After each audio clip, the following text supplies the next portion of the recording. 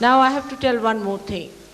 Wow, Indian music is so much connected with the Kundalini awakening, which perhaps I have never talked to you about, is that when the Kundalini rises, she passes through various centers and subplexuses. And when she's rising, she makes the sound altogether is Om. But when you try to refract all these into different sounds, it becomes, from the first chakra, if you start Sa, Re, Ga, Ma, Pa, Dha, Ni.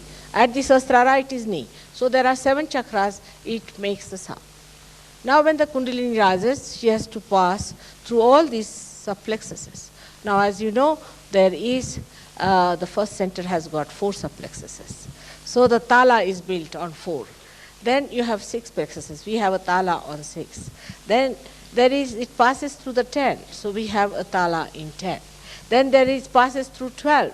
So we have a tala of 12. Last of all is Shri Krishna. Shri Krishna's place, where it has got 16 subplexuses. So it passes through 16 subplexuses. So you can imagine how it works out. At the time of Agya Chakra, as you know, it's only the 2 matras are there. So one has to play only on 2 matras, where you reduce everything to 2 matras. So far, I don't think Indian music has reached that stage where it just plays with 2 matras. It will be very difficult. But in the south, I think they play sometimes with 3 matras. It's something surprising, which is the Triguna, what we call the 3 matras. So that from 4 it becomes 2, and then in the Sahasrara it is 3, but at the end of it is 1,000 petals. And when all these start dancing, the 1,000 petals start dancing with the permutations and combinations of all these subplexes. So it is so woven into the classical music, the whole awakening of the Kundalini, of which perhaps the modern artist may not be aware of, but it is said, everyone knows that Indian music is based on the first sound, that is Om, the Omkara.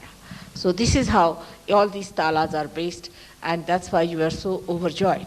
Though maybe you may not have understood the classical intricacies of the whole thing, but the whole thing was so spontaneous and elevating your Kundalini so well that it gave you the joy. Ultimately, after all, what you have to have, the joy and not the intellectual analysis of it. So the whole thing, the sum total of it was tremendous joy, and we have to thank all of them for that. May God bless you.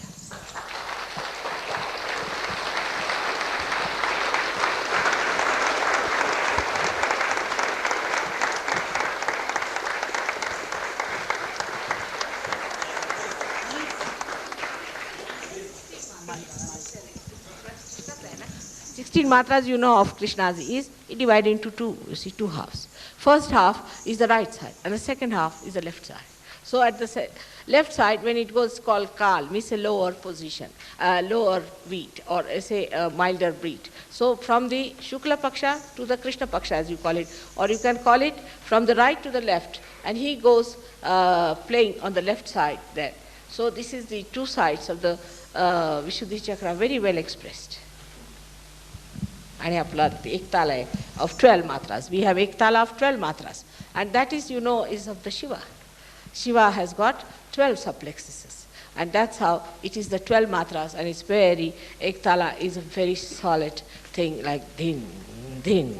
And sometimes they play it so slowly that between the 2 there's a big gap.